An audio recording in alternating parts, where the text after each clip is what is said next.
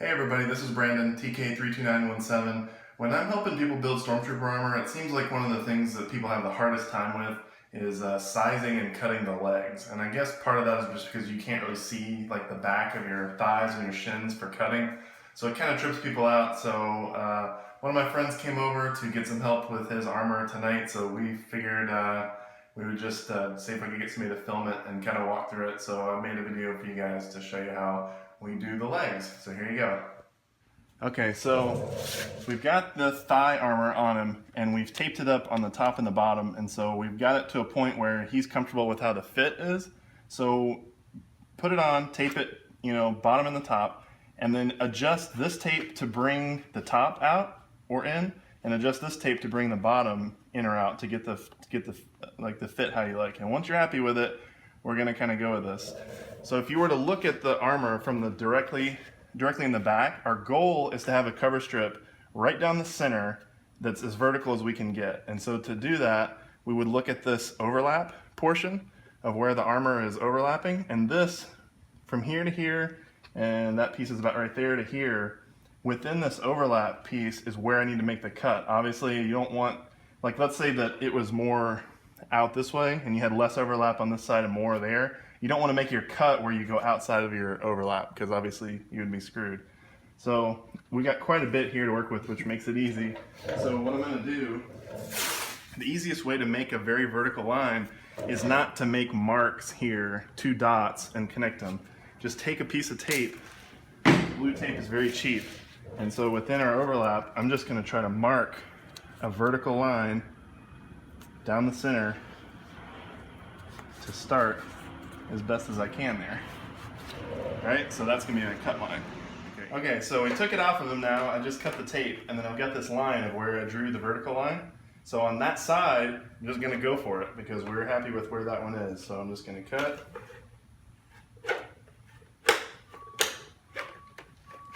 These big shears make it easy. I mean, this plastic just cuts like no problem. Alright, so one of them is cut too. So what I'm going to do is I'm going to get him to put it back on, and we're going to adjust the fit back to pretty much to where he had it before. Alright, so we fit it back on him, and what I did was I took this edge that we cut and I used the scrap that it was this way, or that way. I used the scrap that I removed to tell where I cut the tape. It's under there, and then I taped it back, like basically in the same spot. So because we lost our measurement, there's no good way to mark it. So that's how I get it back to the fitment that we had before. So now we've got this line that we cut. This one was our one that we had taped. We cut it. We're happy what that line is. So we fit it back, and then the next one, basically you could just run a pencil and use this as the edge. But since I'm using the tape, I'm going to use my one cut edge and just transfer it right to that other side that hasn't been cut yet. Just like that. So with that done, now I'll cut this tape again. Let's take it off, and there's my cut line. Okay. So that's where we had it on him. This was our first cut line. We taped it up, and then we used this cut line to draw the second one. And then once that one's there, now we're pretty comfortable that this is going to be, we can get the whole thing trimmed in size in 2 cuts. So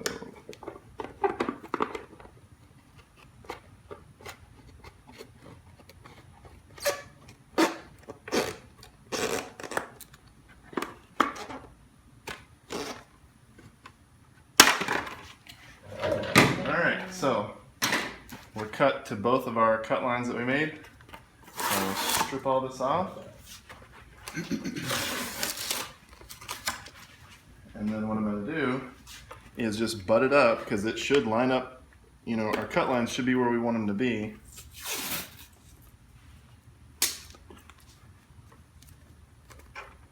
So I should be able to just tape it right butted to, for him to test the fitment.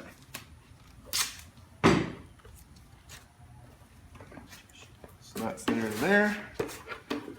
So that's basically how it's going to be glued. So if you just try that on, it should be pretty similar to how you had.